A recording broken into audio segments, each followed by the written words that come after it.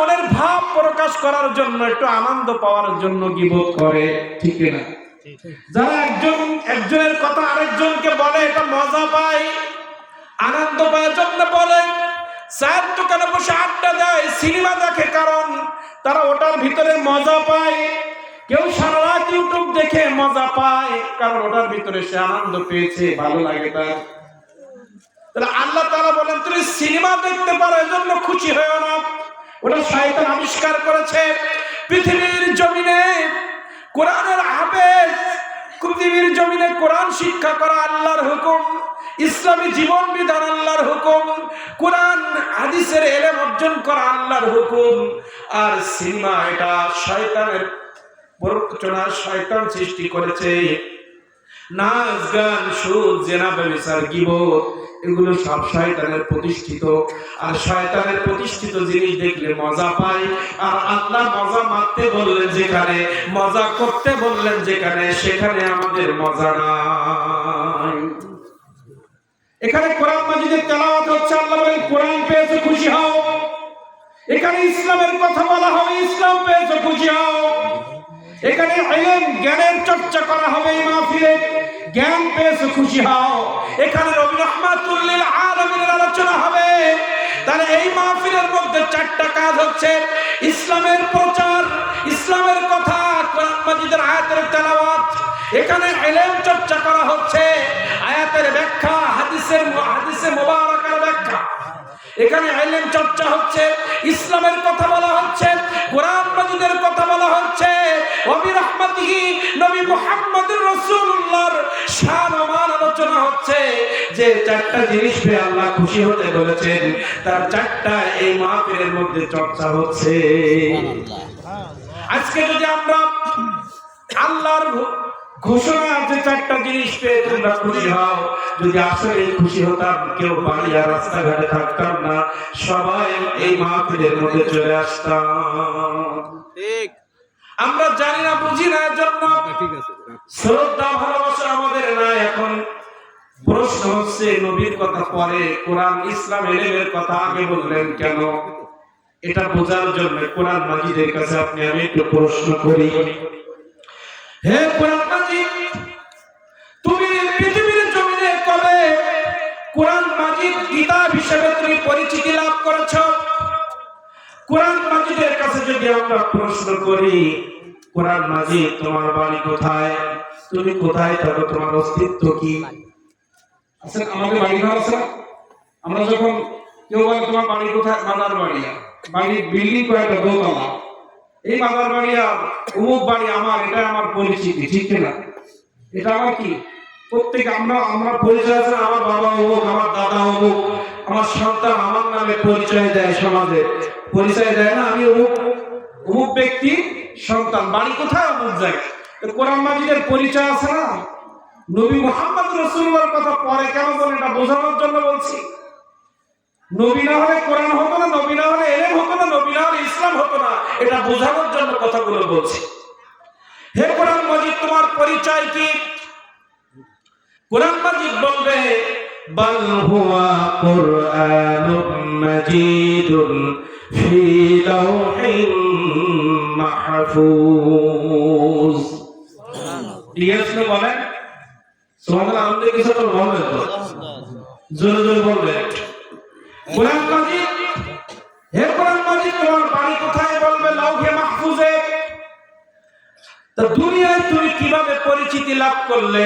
কোরআন মাজিদ বলবে, আদম আলাইহিস সালাম পৃথিবীর জমিনে আসছে, আদম আলাইহিস সালাম উপযুক্ত হয় নাই কোরআন নেওয়ার, কোরআন মাজিদের ভার সহ্য করার সেই তাওহীদ শক্তি আল্লাহ তাকে দেয় নাই। মুসা আলাইহিস সালাম পৃথিবীতে আসছে, ঈসা আলাইহিস সালাম পৃথিবীতে আসছে, লূত আলাইহিস সালাম আসছে, ইব্রাহিম আলাইহিস সালাম, ইসমাঈল আলাইহিস সালাম, সুলাইমান আলাইহিস সালাম, দাউদ আলাইহিস সালাম সহ 1,24,000 মতান্তরে 2 লোক এখানে সামনে সালাম আসছে। আমার নবী সম্মান চলে আসছে, একটু খেয়াল করে শুনবেন। আমার নবীজির পজিশন কি? আমার নবীজি কি জিনিস? নবী না চিনলে সব বিফলে যাবে আমাদের জীবনের আমল। নবী চিনার জন্য কথাগুলো বলছি। কোরআন মাজিদ বলবে, পৃথিবীর শ্রেষ্ঠ কিতাব এই কোরআন। তাওরাত, জাবুর, ইনজিল সব কিছু চারখানা কিতাবের মধ্যে তিনটা শ্রেষ্ঠ, তাওরাত, জাবুর, ইনজিল, তার মধ্যে শ্রেষ্ঠ কোরআন মাজিদ। সুবহানাল্লাহ। সেই কোরআন মাজিদ আমরা পেয়েছি। আল্লাহ খুশি হতে এমনি বলেছে? আল্লাহ আদম আলাইহিস সালামকে বলে নাই, মুসা আলাইহিস সালামকে বলে নাই তাওরাত পেয়েছে, তোমার অনুসারীদেরকে, উম্মতদেরকে বলো খুশি হয়ে যাও, কারণ খুশি হবে একটাই কিতাব, সেটা হচ্ছে কোরআনুল কারীম। সেটাই আমরা পেয়েছি, আমার নবীজি পেয়েছে। কোরআন মাজিদ বলবেন 1,24,000 নবী পৃথিবীতে আসছে, কিন্তু কিতাব নেওয়ার মতো তাদের দৈহিক শক্তি, মানসিক ভারসাম্য ছিল না। পৃথিবীর জমিনে অনেক কিছু পৃথিবীতে আছে, পাহাড় সৃষ্টি করেছেন। লাউ আনজালনা হাদাল কোরআন, কোরআন মাজিদকে যদি পাহাড়ে নাজিল করে, পাহাড় ধ্বংস হবে, সহ্য করতে পারবে না। মুসা আলাইহিস সালামকে পর্বতের মধ্যে নিয়ে কোরআন মাজিদ আল্লাহ তাআলা নাজিল করেছেন, এই তাওরাত নাজিল করেছেন। প্রত্যেকটা নবীকে আল্লাহ কিতাব দিয়েছেন, কিন্তু আমি কোরআন পৃথিবীতে আসতে পারি নাই। যখনই কোরআন মাজিদ বলবে, তাহলে তুমি পৃথিবীতে কখন পরিচিতি লাভ করেছো? শ্রেষ্ঠ কিতাব আল্লাহ তোমাকে সৃষ্টি করেছেন, লাউহে মাহফুজ থেকে তুমি পৃথিবীর জমিনে কখন পরিচিতি লাভ করেছো? কোরআন মাজিদ উত্তর দিবে, ক্বাদ জাআকুম মিনাল্লাহি নূরুন ওয়া কিতাবুম মুবিন। আল্লাহু আকবার। আল্লাহ রাব্বুল আলামিন কোরআন মাজিদ বলছে নূর আসছে, নূর। আমার নবীজি নূর এটা কোথাও খুঁজে পায় না, কোথাও খুঁজে পাওয়া যায় না, কোরআন হাদিসে কোথাও আমরা পাই না। কিন্তু এই আয়াতের মধ্যে আল্লাহ তাআলা বললেন, ক্বাদ জাআকুম মিনাল্লাহি নূর ওয়া কিতাবুম মুবিন। কিতাবের কথা পরে, নূরের কথা আগে। নূর আসছে, তারপরে কিতাব আসছে। তার নূরটাকে স্বাভাবিক মূর্খ মানুষ যারা কিছুই করতে পারে না, তাদের কাছে এই বিশ্লেষণ যদি দেওয়া হয়, তারা এক চান্সে বলবে কিতাবের কথা পরে আসছে, নূরের কথা আগে আসছে। তাহলে এই কিতাব যা উপরে নাজিল হয়েছে, তিনি হচ্ছে নূর। এই নূর হচ্ছে নূরে মুহাম্মাদুর রাসূলুল্লাহ সাল্লাল্লাহু আলাইহি ওয়াসাল্লাম। কোরআন মাজিদ বলছে কত যা এসেছে নূর, মা আমিনার রেহেমে যে নূর আসছে, মা আমিনার মাধ্যমে যে নূরটা পৃথিবীর জমিনে আগমন করছে, ওই নূর যখন পৃথিবীতে আসছে, আমি আল্লাহকে মাহফুজে থাকতে পারি নাই। সুবহানাল্লাহ। তাহলে কোরআন পেয়ে তুমি খুশি হবা। কোরআন বলছে আমি নবীর কারণে স্বীকৃতি পেয়েছি, আমি নবীর কারণে পৃথিবীর জমিনে আসতে পেরেছি। তাহলে নবীর কারণে কোরআন কোরআন হলো, তাহলে নবীর পাওয়ার কত কথা বলে? এটাই শান রিসালাত, এটাই আমার নবীজির সম্মান মর্যাদা। আমার নবীজির সম্মান মর্যাদা আমরা খুঁজে পাই না। একটু গবেষণা করলে নূরের চোখ দিয়ে নবী করিম সাল্লাল্লাহু আলাইহি ওয়াসাল্লামের মুহাব্বত নিয়ে যদি কোরআন মাজিদ পড়া হয়, আর কোরআন মাজিদ যদি সাহাবায়ে কেরামদের তাফসীর থেকে পড়া হয়, কোন মানুষের বানানো তাফসীর নয়। যে হাদিসের যে আয়াতে আজকে সমাজের মধ্যে এত ফিতনা কেন? কথা বলতে হয়, আপনারা মাইকের আওয়াজ যারা পাচ্ছেন সামনে আছে, খেয়াল করে শুনবেন। আজকে বাংলাদেশে দিন কায়েম, ইসলাম কায়েমের কত স্লোগান আমরা শুনছি, কেন কায়েম হচ্ছে না আজকে একটু শুনে যান। আমার নবীজির জীবনে একটাই মাত্র দলের ঘোষণা ছিল, আহলে সুন্নাত ওয়াল জামাত। এখন বর্তমানে ইসলামের নাম 8টা-10টা আছে বাংলাদেশে, সাইনবোর্ড আছে, কিন্তু আমার নবীজি এক ব্যানারে ইসলামের কাজ করেছেন, খিলাফতের মাধ্যমে ইসলাম কায়েম করেছেন। আজকে আমরা বিভিন্ন ব্যানার দিয়ে আমরা ইসলাম কায়েম করতে যাচ্ছি, আহলে সুন্নাত ওয়াল জামাতের মূল জায়গা থেকে বেরিয়ে এসেছি। আমার নবীজি যখন ইসলাম প্রচার করেছেন, দেশ পরিচালনা করেছেন, দল মত নির্বিশেষে সবাই নবীকে অনুসরণ করেছিল, কেউ কোনো কথা বলতে পারে নাই। সাহাবায়ে কেরাম যখন দেশ পরিচালনা করেছেন, সিদ্দিক আকবর রাদিয়াল্লাহু যখন ছিলেন, ওনার উপরে কথা কেউ বলে নাই। কোন দল মত ছিল না, একটাই ব্যানার, আহলে সুন্নাত ওয়াল জামাত। 72 দল সব জাহান্নামী, একটাই দল আহলে সুন্নাত ওয়াল জামাত। এই দলের উপরে সাহাবায়ে কেরাম ছিলেন, তাবেঈ কেরাম ছিলেন, তাবেঈ কেরাম ছিলেন। মাযহাবের চারজন ইমাম এই আকীদার উপরে ছিলেন। যতক্ষণ পর্যন্ত ফিতনা হচ্ছে এই 100 200 500 বছরের মধ্যে, আমার নবীজির ইন্তেকালের পর 1000 বছরের মধ্যে কোনো ফিতনা ছিল না। যতক্ষণ পর্যন্ত আহলে সুন্নাত ওয়াল জামাতের আকীদার উপরে তারা রাষ্ট্র পরিচালনা করেছে, ইসলাম পরিচালনা করেছে, কোনো ফিতনা ছিল না। যখনই আহলে সুন্নাত ওয়াল জামাতের ব্যানার দিয়ে, নাম দিয়ে বিভিন্ন দল তৈরি করেছে, কিতাব লিখেছে, বিভিন্ন ফিতনা তৈরি করেছে, তখনই ফিতনা হয়েছে। আর এই ফিতনা যতক্ষণ ওই খোলাফায়ে রাশিদিনদের যুগের মতো আমার নবীজির জীবদ্দশায় যেভাবে ইসলাম পরিচালিত হয়েছে, এইভাবে যদি না হয় কঠিন কালেও বাংলাদেশ কেন কোথাও ইসলাম কায়েম হবে না। যতক্ষণ আমার নবীজি আমাদের মতো বলাবাদ দিতে না পারবে, আমার নবীজি শাফায়াত করতে পারবে, যারা অস্বীকার করবে এই কথাবার্তা বলে ইসলাম কায়েম হবে না। কারণ কোন সাহাবায়ে কেরাম বলে না আমার নবীজি আমাদের মতো, কোন তাবেঈন কেরাম বলে না আমার নবীজি আমাদের মতো, কোন উলামায়ে কেরাম আউলিয়া কেরাম বলে না জীবদ্দশায় আমার নবী আমাদের মতো। আমার নবী শাফায়াত করতে পারবে না, কবরে আমার নবী কোনো উপকার করতে পারবে না, হাসরের ময়দানে আমার নবী কোনো উপকার করতে পারবে না। এমন কোন বক্তব্য সাহাবীদের জমানায় নাই, এমন কোন বক্তব্য তাবেঈনদের জমানায় নাই, এমন কোন বক্তব্য তাবেঈনদের জমানায় নাই, এমন কোন বক্তব্য খোলাফায়ে রাশিদিনদের জমানায় নাই, এমন কোন বক্তব্য চার মাযহাবের কোন ইমামদের জমানায় নাই। আপনি আমি সলিমদ্দি করিমদ্দি, আমার 1 লক্ষ 2 লক্ষ ভক্ত, আমি বক্তা, আমি বলে বসতেছি আমার নবী আমাদের মতো, ইসলাম কায়েম হবে? মূল শিকড়ের থেকে বেরিয়ে এসে আমি যতই চেষ্টা করি, আমার গাড়ি বাড়ি হবে, আমার টাকা পয়সা হবে, আমার পজিশন হবে, আমাকে মানুষ ডক্টর বলবে, আমাকে মানুষ বড় মুফাসসির বলবে, মুফতি বলবে, সব দুনিয়ায় থেকে যাবে। হাসরের ময়দানে আমি বক্তা হিসেবে, মুফাসসির হিসেবে, মুফতি হিসেবে আল্লাহর সামনে যদি আমি পরিচিতি লাভ করতে চাই, আল্লাহর জান্নাত পেতে চাই, আহলে সুন্নাত ওয়াল জামাতের আকীদার উপরে প্রতিষ্ঠিত হতে হবে। ঠিক। এত ফিতনা কেন? রাসূল সাল্লাল্লাহু আলাইহি ওয়াসাল্লামের জামানায় 10,000 মুসলমান থাকলে সেই 10,000ই মসজিদে গিয়ে নামাজ আদায় করত।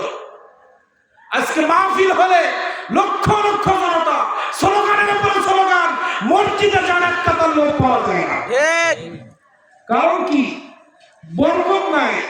রাসূল সাল্লাল্লাহু আলাইহি ওয়াসাল্লামের মূল শিকড়কে আমরা উপড়ায় ফেলেছি, নষ্ট করে ফেলেছি। দল দল করতে করতে, আমরা জিকির ফিকির করতে করতে, পদবি, পজিশন, টাকা, গাড়ি বাড়ি, এইগুলো করতে করতে আমাদের মসজিদে লোক খুঁজে পাওয়া যায় না। বরকত নাই কোনো। যতক্ষণ পর্যন্ত আমার রাসূলের সম্মান উচ্চ মাকামে না ওঠানো হবে, ততক্ষণ পর্যন্ত তাদের দ্বারা ইসলাম কায়েম হবে না। এই বিষয়ে অনেক কথা আছে, আজকে সময় নাই, এর উপরে লেখালেখি হবে ইনশাআল্লাহ। কেন বাংলাদেশে ইসলাম কায়েম হচ্ছে না, মূল জায়গায় কথা বলতে হবে। কেন হচ্ছে না একটু বলি সামান্য। বাংলাদেশে অনেক ইসলামী দল আছে, সবাই বলছে আমার দল হচ্ছে জান্নাতি। আর রাসূলুল্লাহ সাল্লাল্লাহু আলাইহি ওয়াসাল্লাম সিদ্দিক আকবর রাদিয়াল্লাহু তাআলা যে দল, এটাই জান্নাতি, একটাই দল, আহলে সুন্নাত ওয়াল জামাত। কিন্তু আমরা রাজনীতি করতে করতে এমন পর্যায়ে গেছি, দল গঠন করতে কিন্তু আমার দলই শ্রেষ্ঠ, আর সব বাতিল। কথা বলে ফিতনা কোথায়? দল তো একটাই, আল্লাহর কোরআন এক, আমার নবীজি এক, ইসলাম একটাই, কাবা শরীফ একটাই, আল্লাহ এক, সূর্য এক।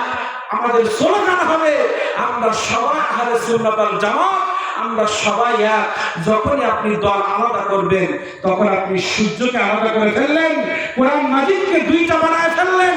কোরআন মাজিদের যে আয়াতের ব্যাখ্যায় আমার নবীর রাফা'না লাকা যিকরাক, যে আয়াতের ব্যাখ্যা 1500 বছর আগে, 1000 বছর আগে ইবনে আব্বাস রাদিয়াল্লাহু সহ আমার নবীজির একনিষ্ঠ সাহাবায়ে কেরাম বলছে, এই আয়াত হচ্ছে হচ্ছে আমার নবীর শানে নাজিল হয়েছে, আমার নবীজিকে নবীজির সম্মান আকাশচুম্বী করেছে। এখন 200 বছর 300 বছরের ভিতরে আলেম এসে বলছে ওয়ারাফা'না লাকা যিকরাক সাধারণ মানুষের শানে নাজিল হয়েছে। নাউযুবিল্লাহ। তাহলে কাজ হবে? 1000 বছর আগের মুফাসসির বলছে ওয়ারাফা'না লাকা যিকরাক, আমার নবীর ইজ্জতের কথা আল্লাহ তাআলা বর্ণনা করেছে। আর আমি এখনকার যুগের মুফাসসির হয়ে আমি বই লিখতেছি ওয়ারাফা'না লাকা যিকরাক মানে সাধারণ মানুষ। কোনটা নেবেন? যারা একটু নবী প্রেম, নবীর নূর দিয়ে যারা কিতাব পড়ে তারা কোনদিন বলবে এটা আমাদের জন্য না। তাহলে আপনার চোখ কোথায় গেল? সাহাবীর চোখের থেকে আপনার চোখ বাড়া হয়ে গেল। এজন্য তো আপনার মুখ দিয়ে আসে সাহাবীদের ভুল ছিল, নবী করিম সাল্লাল্লাহু আলাইহি ওয়াসাল্লামের ভুল ছিল। নাউযুবিল্লাহ। আপনি নবীর চোখ দিয়ে কোরআন পড়েন নাই। যে নবী কোরআন মাজিদ পৃথিবীতে আনছে সেই নবীর নূরের চোখ দিয়ে কোরআন পড়তে হবে। ঠিক। তাহলে নবীজির সঙ্গে বেয়াদবি হবে না।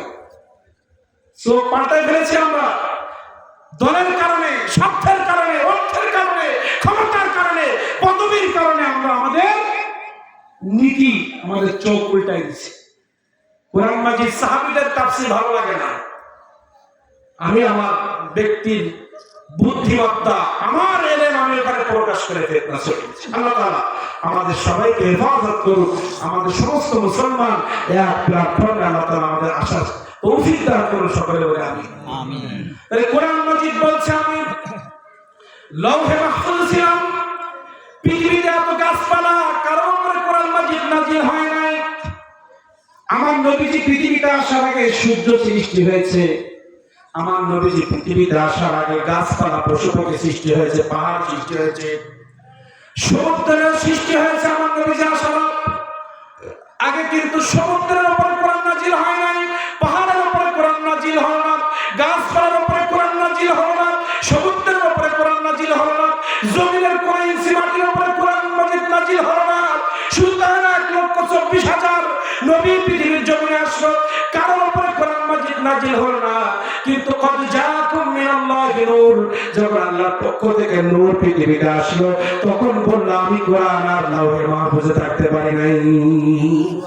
যে পাহাড় কোরআন নিতে পারে না, যে আদম আলাইহিস সালাম কোরআন মাজিদের ভার সহ্য করতে পারে না, মুসা আলাইহিস সালাম পারে না, ঈসা আলাইহিস সালাম পারে না, নূহ আলাইহিস সালাম পারে না, সেই কোরআন মাজিদ আমার নবীজির উপর নাজিল হয়েছে। পাওয়া কেমন চিন্তা করেছেন? কোরআন মাজিদ নাজিল দিয়ে তো নবীর পজিশন, সম্মান বোঝা যায়। আমাদের মতো কথা পরে আসতেছে। কোরআন মাজিদ কোন নবী নিল না, নিল মুহাম্মদুর রাসূলুল্লাহ। তাহলে তার পজিশন কি?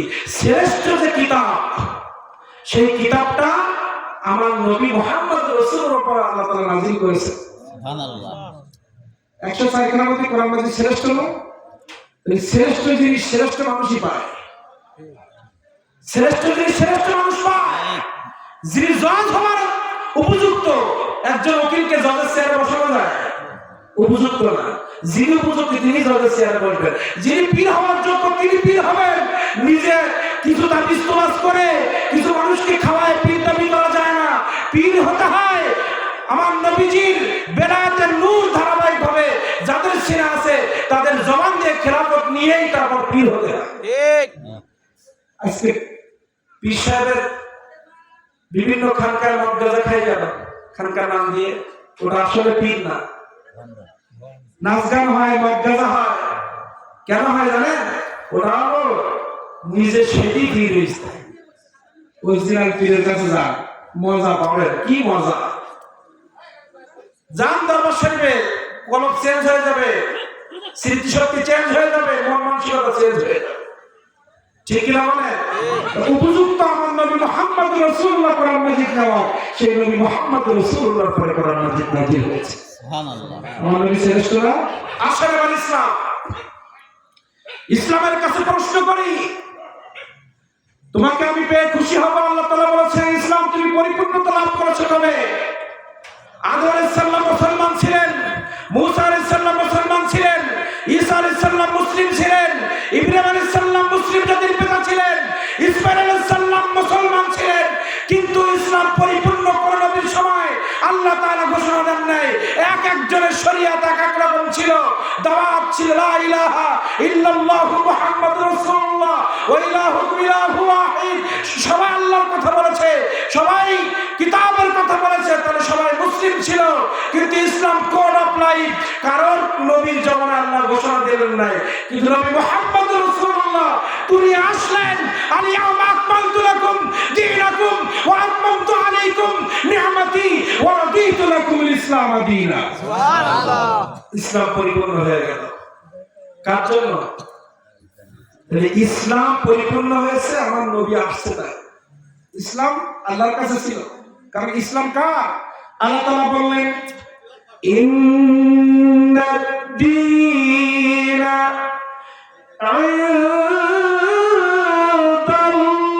ইনদাল্লাহিল ইসলাম। আল্লাহু আকবার। আল্লাহ তাআলা বললেন, হে পৃথিবীর মানুষ, পৃথিবীতে অনেক ধর্ম মানুষ পালন করতেছে, কিন্তু তুমি শুনে রাখো ইন্না নিশ্চয় ইনদাল্লাহ আমি আল্লাহ আমার কাছে আমার নিজের মনোনীত একটাই মাত্র ধর্ম, তার নাম হচ্ছে ইসলাম। সুবহানাল্লাহ। ইসলাম আল্লাহর নিজের ধর্ম, আল্লাহর পক্ষ থেকে পৃথিবীতে নাজিল হয়েছে ইসলাম। সেই ইসলাম কোড হলো পরিপূর্ণতা লাভ করেছে নবী মুহাম্মদুর রাসূলুল্লাহর কারণে। পজিশন কি? কোন নবীর জামানায় আল্লাহ বলে নাই আল-ইয়াওমা আকমালতু লাকুম দীনাকুম, আমার কাছে যে ধর্ম আছে, যে ইসলাম আছে, এটা আমি কাউকে গিফট করি নাই। সবাইকে বলেছি আদম তুমি লা ইলাহা ইল্লাল্লাহ কালিমাত দাওয়াত দাও, হে মুসা তুমি আমার তাওহীদের দাওয়াত দাও। কিন্তু নবী মুহাম্মদুর রাসূলুল্লাহ আল্লাহ তাআলা বললেন আপনি আসছেন, ইসলাম পরিপূর্ণ হয়ে গেছে। সুবহানাল্লাহ। কিসান এলেন অর্জন করবেন। এখন এই কোরআন এবং ইসলাম এর জ্ঞান আপনি কার কাছে শিখবেন? আমরা কার কাছে শিখি? আমাদের উস্তাদ কে? আমাদের শিক্ষক কে? রাহমাতুল লিল আলামিন। তিনি ইসলাম পরিপূর্ণ করেছেন, তিনি কোরআন মাজিদ নিয়ে এসেছেন। এই কোরআন মাজিদ ইসলামের জ্ঞান তুমি অর্জন করতে শিখে শুকরিয়া করো। তাহলে কোরআন এবং ইসলামের জ্ঞান শিখিয়েছেন কে? আদম আলাইহিস সালাম শিখিয়েছেন, মুসা আলাইহিস সালাম শিখিয়েছেন, নবী মুহাম্মদুর রাসূলুল্লাহ শিখিয়েছেন। দলিল কি? কুল হুয়াল্লাহু আহাদ। হে নবী বলেন আমি আল্লাহ এক, এটা আমি পৃথিবীবাসীকে জানাবো, সেটা আপনার জবান দিয়ে। সুবহানাল্লাহ। আপনি বলবেন কুল, হে নবী আপনি বলেন হুয়াল্লাহু আহাদ, আমি আল্লাহ এক, এটা পৃথিবীবাসীকে আপনি বলবেন, আমি না। সুবহানাল্লাহ। কোরআন আমার, ইসলাম আমার, মুসলমান জাতি বান্দা আমার, কিন্তু এই কোরআন পড়বে আপনার কাছে আছে, ইসলাম পরিপূর্ণতা লাভ করবে আপনার মাধ্যমে। আপনি যদি বলেন আমি আল্লাহ, তাহলে কুল হুয়াল্লাহর অর্থ কি? কুল মানে নির্দেশ করেছেন আমার নবীকে, আপনি বলেন আমি এক। তাই আল্লাহ আমাদেরকে বলেছে বান্দা উম্মাত তোমরা বলো আল্লাহ এক। সুবহানাল্লাহ। আল্লাহ কি আসমান থেকে আমাদের বলছে তোরা বল আমি এক? নবী মুহাম্মদুর রাসূলুল্লাহ তাআলা কলেমা নাই, ইসলাম নাই, কোরআন নাই, কিচ্ছু নাই। আছে কিছু? কিছুই নাই। নবী সাল্লাল্লাহু আলাইহি ওয়াসাল্লাম কিছুই নাই। রাহমাতে আলাম নূরে মুজাসসাম, সাহাবীরা আতর বানাই ওই নবীজির ঘাম, সাহাবীরা আতর বানাই ওই নবীজির ঘাম। রহমতে আলাম নূরে মুজাসসাম, সাহাবীরা আতর বানাই ওই নবীজির ঘাম। তোমরা শোনো জানো মানো কেমন আমার নবীজি, যাহার জন্য পাগল হলো তারকারাজি, যাহার পাগল চন্দ্র সূর্য তারকারাজি। তোমরা আরো শুনবানি সুন্দর কাহিনী, জান্নাতের রুমে রুমে লেখা নবীর নাম। সুবহানাল্লাহ। ঠিক আপনার আমার বাবা আদম আলাইহিস সালাম বলেছে আমি জান্নাতে ঢুকে দেখি গাছের পাতায় নবীর নাম কে নি দেওয়ালে নবীর নাম, আরশের খুঁটিতে জান্নাতে ঢুকবো সেখানেও নবী মুহাম্মদ রাসূল। জান্নাতের রুমে রুমে লেখা নবীর নাম, জান্নাতের রুমে রুমে লেখা নবীর নাম।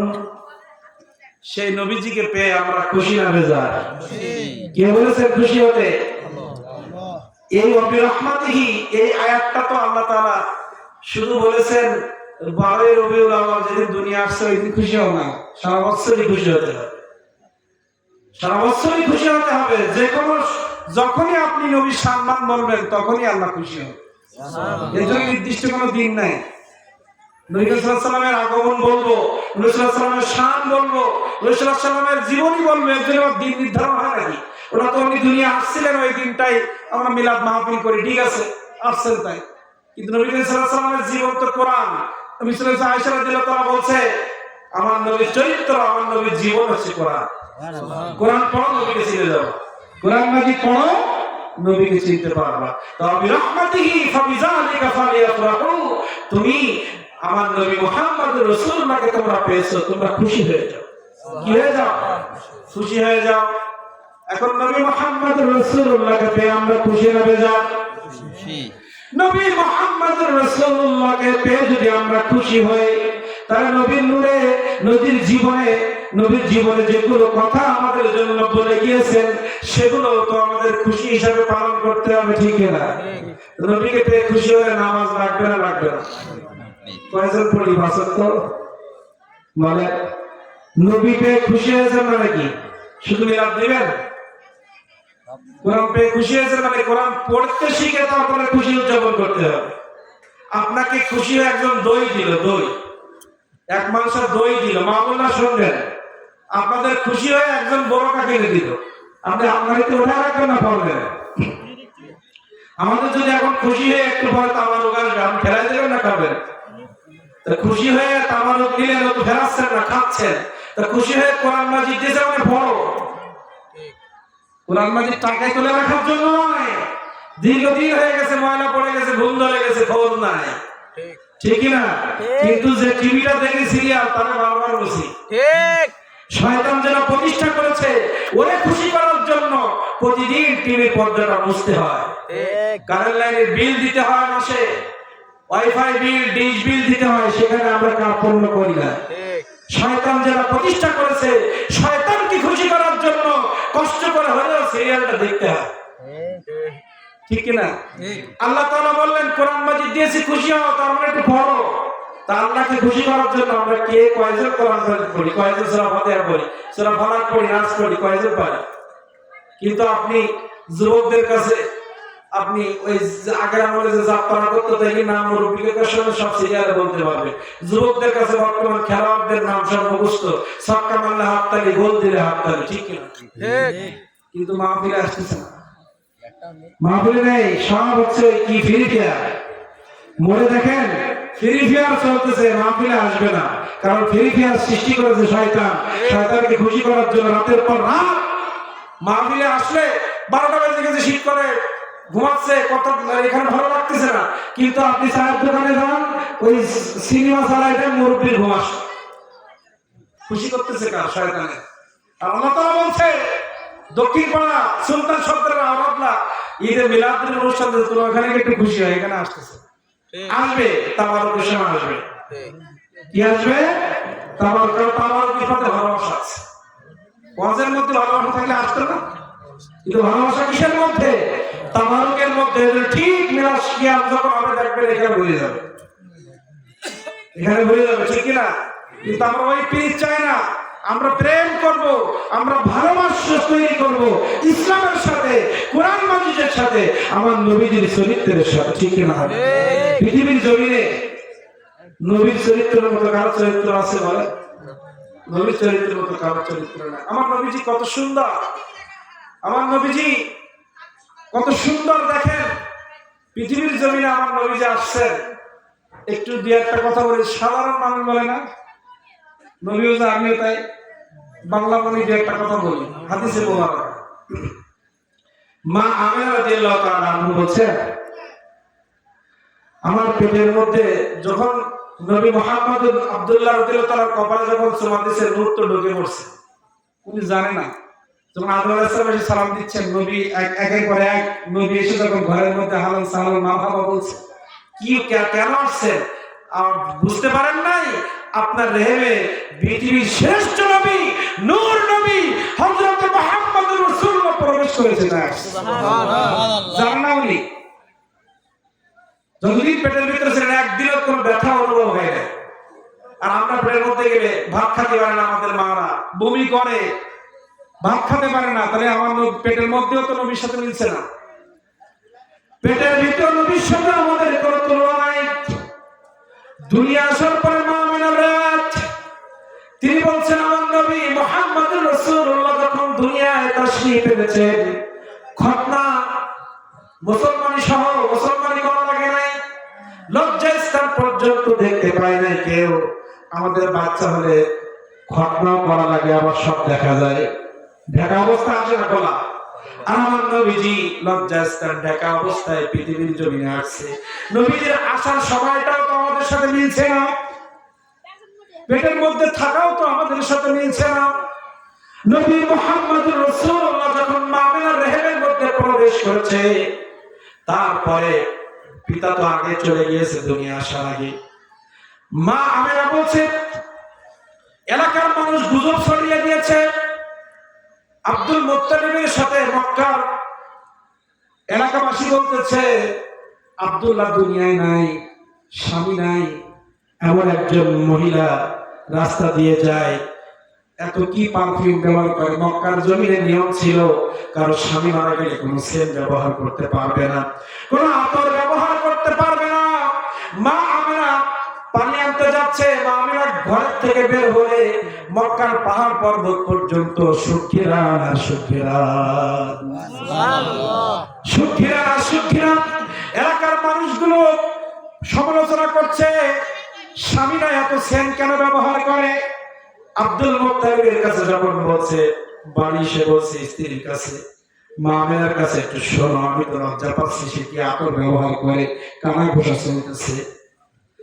স্ত্রী বলছে, আপনি তো তাই বললেন, আমি জানি দেখছি মা আমিনা যে বাথরুমের থেকে বের হয়, বাথরুমের মধ্যে আতরের গন্ধ, সুগন্ধ। আমিও তো চিন্তায় পড়ে গেছি, এতদিন তো ছিল না, হঠাৎ কেন? বারবার যখন আলোচনা করতে গিয়ে মা আমিনার কাছে বারবার যখন শুনছে তুমি কোন পারফিউম ব্যবহার করো, উনি কোনো উত্তর না দিয়ে থুতু মোবারক জমিনে ফেলে, যেখানে থুতু ফেলছেন সেখান থেকে সুগন্ধ বের হয়। তারপরে বলছে, যেদিনকে আদম আলাইহিস সালাম এসে বলল, সুসংবাদ জানালো, তারপর থেকে আমার শরীর থেকে ঘেরান বের হয়, আমি জানি না। তখন বুঝতে বাকি নাই নবী মুহাম্মদুর রাসূলুল্লাহ প্রবেশ করছে, শরীরের গঠন চেঞ্জ হয়ে গেছে। পেটের মধ্যে অবস্থান কালে সমস্ত মক্কা আতর আর আতর। মা আমিনা রাদিয়াল্লাহু তাআলা বলছেন যে কুয়ার মধ্যে মা আমিনা পানি আনতে যেতেন, নবী মুহাম্মদুর রাসূলুল্লাহ রেহেমে আসার আগে যখন পানি আনতে যেতেন, পাত্র কুয়ার নিচে ফেলতে হতো। নবী মুহাম্মদুর রাসূলুল্লাহ যেদিন আসছে, পরের দিন যখন পানি আনতে গিয়েছে, পানি লিয়ার কুয়ার উপরে উঠে গেছে। পানি আহলান সাহালান মারহাবা, নবী আগমনে খুশি। তাই পেটের মধ্যে থাকার স্মৃতিগুলো তো আমাদের সাথে মেলে না, দুনিয়া আসার পরে মিলছে না। দুনিয়া আসার পরে আসরের পরে মাগরিবের কিছু আগে আমার নবী মুহাম্মদুর রাসূলুল্লাহ দুনিয়া আসার পরে তো সেজদায় পড়ে আনারছি বলেছিল, তো আপনারা জানেন, ওদিকে যাব না, আমি পজিশন বোঝাই। ঘরের থেকে বের হয়ে খোলা আকাশের নিচে আমার নবীজিকে শোয়ানো হয়েছে। আবু তালেব যখন আমার নবীর অনেক বয়স হলো, 12-14 বছর 20 বছর, যখন ম্যাচিউর হলেন, আবু তালেব বলছে, মুহাম্মদ রাসূলুল্লাহ, আমি তোমার সম্পর্কে অনেক খোঁজ খবর রাখি, কি জানেন? আমি একদিন দেখেছি, এজন্য আবু তালেব নিজে চোখে দেখার কারণে শত্রুদের হাত থেকে বারবার আমার নবীজিকে আগলায় রেখেছেন। ইমাম না আনলেও নবী মুহাম্মদ রাসূলুল্লাহ পজিশন তিনি দেখেছিলেন চোখে, এজন্য নবী মুহাম্মদ রাসূলুল্লাহকে তিনি সবসময় প্রোটেকশন দিতেন।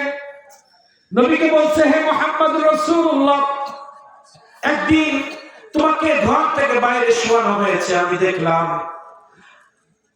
সন্ধ্যা হয়ে গেল, মাগরিব হয়ে গেছে, সন্ধ্যা হয়ে গেছে।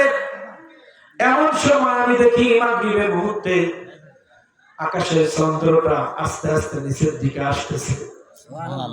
আকাশের চন্দ্র নিচের দিকে আসতেছে, আমি দেখি তুমি ছোট্ট মানুষ ঘুমিয়ে আছো, শুয়ে আছো। তুমি তোমার ডান হাতটা একবার ডান দিকে নাড়াও, একবার বাঁ দিকে নাড়াও। যখনই তুমি হাতটা ডান দিকে নাড়াও, চন্দ্রটা ডানে যায়। তুমি যখন হাতটা বাঁ দিকে নাড়াও, চন্দ্রটা বাঁ দিকে যায়। নবী আমাদের মতো ছোটবেলায় যে নবীর খেলনা চন্দ্র, আর আমাদের খেলনা 100 টাকা 500 টাকা দিলেও বাচ্চারা খুশি হয় না। আমাদের খেলনা টাকা দিয়ে কিনতে হয়, আর আল্লাহ রাব্বুল আলামিন আমার নবীজির খেলনা আকাশের চন্দ্র দিয়ে খেলাইছে। সুবহানাল্লাহ। আমাদের মতো মানে কোন দিক দিয়ে ছোটবেলার হাজার হাজার লক্ষ লক্ষ মজা বলা যাবে। বছর কি বছর ধরে আমার নবীজির সম্মান বলবেন, কোথাও একটা শানের সাথে আমাদের মিলাতে পারবেন না। কোথাও আমাদের নবীজি আমাদের সাথে মিলাতে পারবেন না। নবীজি মরুভূমিতে বাথরুমের হাজার হয়েছে, বাথরুম করার জন্য বসে গেছে, গাছ শিকড় সব উঠে রাসূলকে ব্যারিকেড দিয়েছে। আপনি এখানে পায়খানা করতে বসেন, কেডা এসে আপনার প্রোটেকশন দেবে কেউ? বাথরুমের গন্ধ নবী করিম সাল্লাল্লাহু আলাইহি ওয়াসাল্লাম যেখানে বাথরুম করে, যেখানে সোনার খনি পাওয়া যায়, যেখানে বাথরুম করেছেন জমি হা হয়ে যায় খাওয়ার জন্য, আর আপনি বাথরুমে গেলে পানি ঢালতে ঢালতে তো গন্ধ যায় না। আমাদের মতো কোথায় মিলাবেন? আমাদের মতো জীবনে একটা মিনিট, নবীজির 63 বছরের জীবনের একটা সেকেন্ড, একটা মিনিটের যে সময়, এই সময়গুলো কারো আমাদের সাথে মেলাতে পারবে মিলবে না, সম্ভব নয়। এজন্য সকলকে বলি, নবীর সম্মান ইজ্জত যত বেশি আমরা করব, আল্লাহর নূর আমাদের কলবের মধ্যে তত আসবে। আমি নামাজ পড়ে মজা পাবো। আমি যতক্ষণ পর্যন্ত আমার নবীর ইত্তেবা না করব, ততক্ষণ পর্যন্ত নামাজে মজা হবে না। কেন? আপনি আমি নামাজ পড়ি, কিন্তু আল্লাহ আমাদের পরে খুশি আছে কিনা আমরা জানলাম। ঠিক ওয়াজের ভিতরে ঢুকতেছি, আর হুজুর আজকে ছেড়ে দিব। আমি আস্তে আস্তে ওয়াজের মধ্যে ঢুকতেছি। আজকে আপনি আমি 5 ওয়াক্ত নামাজ তো পড়ি না, আর মাঝে মধ্যে পড়লে হুজুর যদি সূরা বড় পড়ে, গলা থাকার লোকের অভাব হয় না। একটু সূরা বড় হয় অভাব হয় না। দুনিয়ার কোন কাজে মজা নাই। আমাদের মা বোনরা সংসার করে মজা পাচ্ছে না। আমরা ইনকাম করে কোন এত টাকা ইনকাম করছি, আমাদের বাপ দাদাদের কোনো টাকা ছিল না। আমার বাবা, আপনার বাবা, আমাদের বাপ দাদারা 5টা 10টা সন্তান লালন করে গেছে, কোনো ডেলি ব্যাংকে টাকা ছিল না। কিন্তু 3 বেলা খেয়ে আমাদের দৈহিক শক্তি কত। আর এখন যে সন্তানদের সকালে রোস্ট, দুপুরে বিরিয়ানি, রাত্রে মুরগির গোশত, সকালে ডিম ভাজি, এত খাওয়ার পর আমাদের সন্তানদের শরীরের মধ্যে এনার্জি পায় না তারা। আর আমাদের বাপ দাদারা পান্তা ভাত খেয়েছে, কি ভাত? পান্তা ভাত খেয়েছে, ডাউল দিয়ে ভাত খেয়েছে, কাঁচা মরিচ। আসলে শরীরের শক্তি তো আল্লাহ না দিলে হয় না। তাদের উপার্জন ছিল হালাল। এখন কলা খাবেন ফরমালিন, দ্রুত ওলকপি উৎপাদন, পালং শাক উৎপাদন করতে গিয়ে পুশ করতে করতে ওর ভিতরে আর কোনো স্বাদ নাই। কি নাই? কোনো স্বাদ নাই। কিন্তু আমাদের বাপ-দাদারা এত সুন্দর, টাকাও ছিল না, ভালো বাজারও করতে পারে না, কিন্তু তাদের শক্তির সাথে আমাদের ছেলেরা এখন পাচ্ছে না। আমাদের খাওয়ার আছে, বাড়ি আছে, এসি আছে, গাড়ি আছে, আমাদের নারীও সুন্দর আছে। এত কিছুর পরে আমাদের স্ত্রীদের চেহারাও এত খারাপ না, সুন্দর লাগে সাজলে বুঝলে। আমার ইনকাম খারাপ না। আমি রাজমিস্ত্রির কাজ, হেড মিস্ত্রি হলে 1000, আর জুগারি হলে 500-400 টাকা।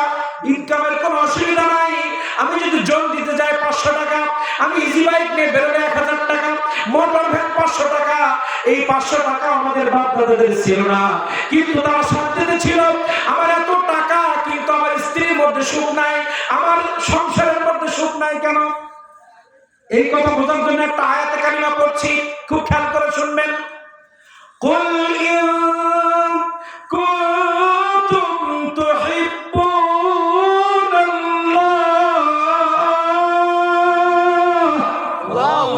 আল্লাহ রাব্বুল আলামিন বললেন, বান্দা তোমরা পৃথিবীতে আসছো আমাকে ভালোবাসো। তো আল্লাহকে ভালোবাসে আমি তো আছে না, তাহলে আপনি করেন। আমরা সবাই আল্লাহকে ভালোবাসি না? আল্লাহ তাআলা বললেন, তোমরা যদি আমাকে ভালোবাসো, একটা কাজ তোমাদের করতে হবে, যদি করো আমি তোমাদেরকে ভালোবাসবো, আর আমি যদি তোমাদেরকে ভালোবাসি, তোমরা খাওয়ার মধ্যে এনার্জি পাবা, স্ত্রীরা রান্না করে মজা পাবে, স্ত্রীরা সংসার করে মজা পাবে। আল্লাহর ভালোবাসা না আসলে আপনি যতই টাকা কামাই করেন ওই টাকায় বরকত হবে না, আপনার স্ত্রী দিয়ে আপনি ভালো কিছু করতে পারবেন না। আপনার সন্তান লক্ষ কোটি টাকা উপার্জন করবে কিন্তু আপনার ওষুধের টাকা হবে না। আল্লাহ রাব্বুল আলামিন যদি আপনাকে আমাকে ভালোবাসে, আপনি একজন গরিব মেয়েকে বিবাহ করলে তার দ্বারা আপনি সুখী হবেন। আর আল্লাহ যদি আপনার আমার পরে খুশি না থাকেন, আপনার ছেলে ডাক্তার হবে কিন্তু আপনার ঔষধ কেনার টাকা আসবে না, আপনার সন্তান ইঞ্জিনিয়ার হবে কিন্তু আপনার ঔষধ কেনার টাকা আপনি পাবেন না। আজকে দেখেন, আমার বাপদাদারা গরিব ছিল কিন্তু কোনো মহিলা অসহায় ছিল না। আজকে আমার ছেলে ঢাকায় থাকে, আজকে আমার ছেলে কানাডায় থাকে, অস্ট্রেলিয়ায় থাকে, ইরাকে থাকে, মালয়েশিয়ার মধ্যে থাকে, কিন্তু মা একটা সেরা শাড়ি পরে ঘুরে বেড়ায়। ঠিক। আমার সন্তানের লক্ষ কোটি টাকা আছে কিন্তু বাবার ওষুধ কেনার টাকা নাই, বাবার যে ঘরের মধ্যে থাকে চাল দিয়ে পানি পড়ে কেন? আল্লাহর ভালোবাসা আমাদের পরে নাই। আর আল্লাহ রাব্বুল আলামিন বললেন, আমি আল্লাহ আমাকে তোমরা যদি ভালোবাসতে চাও, ভালোবাসার স্বীকৃতি যদি তোমরা বলো আমি আল্লাহ আমাকে ভালোবাসো, ফাত্তাবিউনি, আমার নবীকে নবীর ইত্তেবা করে আমার নবীকে ভালোবেসে বুঝাইতে হবে আমাকে তোমরা ভালোবাসো। সুবহানাল্লাহ। তোমরা আমাকে ভালোবাসো, এটা যদি অন্তরে লালন করে থাকো, তোমরা আমি আল্লাহ আমাকে ভালোবাসো, এটা যদি জবানে তোমরা বলে থাকো, তোমরা যদি এই ভালোবাসার প্রমাণ দিতে চাও, একটাই মাত্র পথ আছে, তোমরা আমাকে ভালোবাসো, এটা আমি বিশ্বাস করবো তখন আমার নবীর ভালোবাসা, আমার নবীর ইত্তেবা তোমার মধ্যে থাকবে। যখন তুমি এমনি এমনি স্লোগান দিবে আমি আল্লাহকে অনেক ভালোবাসি, আল্লাহর ভালোবাসা প্রমাণিত হবে তখন আমার নবীকে মেনে নিব যখন। আল্লাহ তাআলা বললেন, কুল, হে নবী আপনি বলেন, ইন যদি কুনতুম তুহিব্বুনাল্লাহ, পৃথিবীর কোন একটা মানুষ আমি আল্লাহ আমাকে ভালোবাসে এটা যদি তারা বলে, ফাত্তাবিউনি, আপনাকে ভালোবাসতে হবে, আপনার ইত্তেবা করতে হবে, তাহলে আমি বিশ্বাস করব তারা আমাকে ভালোবাসে। ঠিক। নারায়ে তাকবীর, নারায়ে রিসালাত, পবিত্র ঈদে মিলাদুন নবী। আর যদি আপনার ইত্তেবা করে, যদি জীবনের থেকে বেশি আপনি নবী আপনাকে মহব্বত করে, ইউহিব্বুকুমুল্লাহ, আমি আল্লাহ তাকে মহব্বত করব। সুবহানাল্লাহ। তাহলে আল্লাহর মহব্বত আমার পর আসবে তখন আমার নবীর ইত্তেবা করব যখন। আর আল্লাহ যখন মহব্বত করবে, ওয়াগফির লাকুম যুনুবাকুম ওয়াল্লাহু গফুরুর রহিম, আল্লাহ তাআলা বলছে ওর জীবনের সব গুনাহ মাফ করে দিব। আর একটা মানুষের জীবনে যখন গুনাহ থাকে না তখন এক রাকাত সিজদার মধ্যে চোখে পানি আসে, দুই রাকাত নামাজের মধ্যে চোখে পানি আসবে। যখন আল্লাহ আমাদের গুনাহ মাফ করবে না, হাজার সিজদা দিলেও ওই সিজদায় মজা হবে। বুঝাতে পেরেছি? আমাদের গুনাহ কেমন? জুমার নামাজে ছাড়া আমরা নামাজে যাই না। আল্লাহ আমাদের পর নামাজ না খুশ বেরাজ। আর ফাত্তাবিউনির মধ্যে ৫ ওয়াক্ত নামাজ আছে, ফাত্তাবিউনির মধ্যে দাড়ি আছে, ফাত্তাবিউনির মধ্যে মা বোনদের পর্দা আছে। নবীর ইত্তেবা মানে কি? ২৪টা ঘন্টা নবীর গোলামি করাই হচ্ছে নবীর ইত্তেবা। নবীর ইত্তেবা, নবীর প্রতি ভালোবাসা।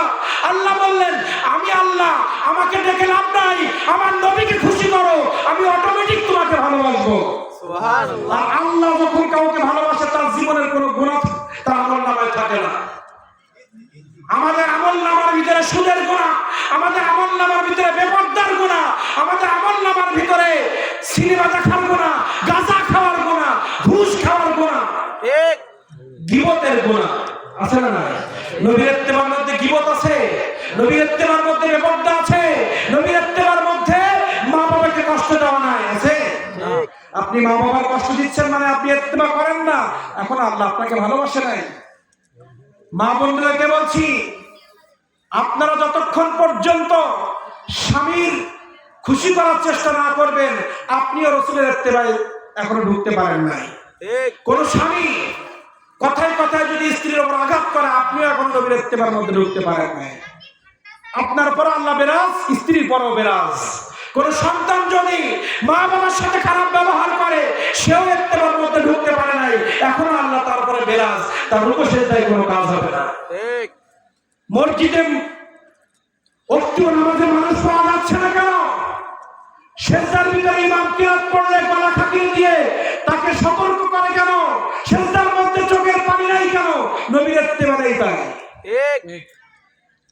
মা বোনদের রান্নার ভিতরে বরকত নাই কেন? সন্তানের ভিতরে বরকত নাই কেন? শ্বশুর শাশুড়ির সাথে এত গ্যাঞ্জাম কেন? আপনার ভিতরে নবীর ইত্তেবা নাই বলে আপনার দ্বারা শাশুড়ি কষ্ট পায়, শ্বশুর কষ্ট পায়, স্বামী কষ্ট পায়। সন্তান, তোমার ভিতরে নবীর মহব্বত নাই, নবীর ইত্তেবা নাই বলে তুমি বাবা মাকে কষ্ট দাও, এলো পাতালি বউ পেটাও। ঠিক আছে না? আয়াত দিয়ে বলছি, কোন কিসসা কাহিনী নয়। এই আয়াত গবেষণা করে দেখা গেছে আমার নবীকে খুশি না করলে আল্লাহ করছেন কারণ আমাদের করে খুশি হবে না, আর আল্লাহ খুশি না হলে আমাদের মাফও করবে না। আর গোলামাখা শরীর নিয়ে সুদের টাকার বাজার খেয়ে ওই সিনা নিয়ে আল্লাহ সামনে দাঁড়ালে ইবাদত কবুল হবে না। পিতা মাতাকে কষ্ট দিয়ে কাবার গিলাফ ধরে যতই কান্নাকাটি করি না কেন, ওই কাবা আমার কিছুই করবে না। ওই কাবায় আল্লাহ আমাকে মাফ করবে না। সুদের টাকা নিয়ে কাবা শরীফ কেন, মদিনা শরীফ জিয়ারত করলে আল্লাহ আপনাকে ক্ষমা করবে না। ঘুষের টাকা দিয়ে আপনি মক্কা মদিনায় যাবেন, মক্কা মদিনায় গিয়ে একটা নেকিও আপনি পাবেন না। আল্লাহর ইত্তেবা নিয়ে, রাসূল সাল্লাল্লাহু আলাইহি ওয়াসাল্লামের ইত্তেবা নিয়ে হালাল টাকায় আপনি মক্কা মদিনায় যান, যাইতে দেরি জীবনের গুনাহ মাফ হতে দেরি হবে না।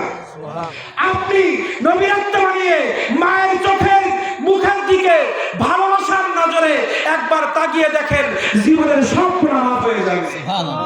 মকবুল হজের সওয়াব হবে।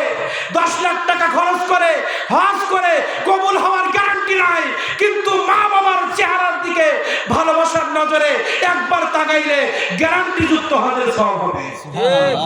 যে মকবুল কবুল হয়ে যাবে অটোমেটিক। আমরা মা বাবার খোঁজ নেই না, লক্ষ লক্ষ টাকা নিয়ে হজ করতে যাই, কবুল হওয়ার কোনো গ্যারান্টি নাই।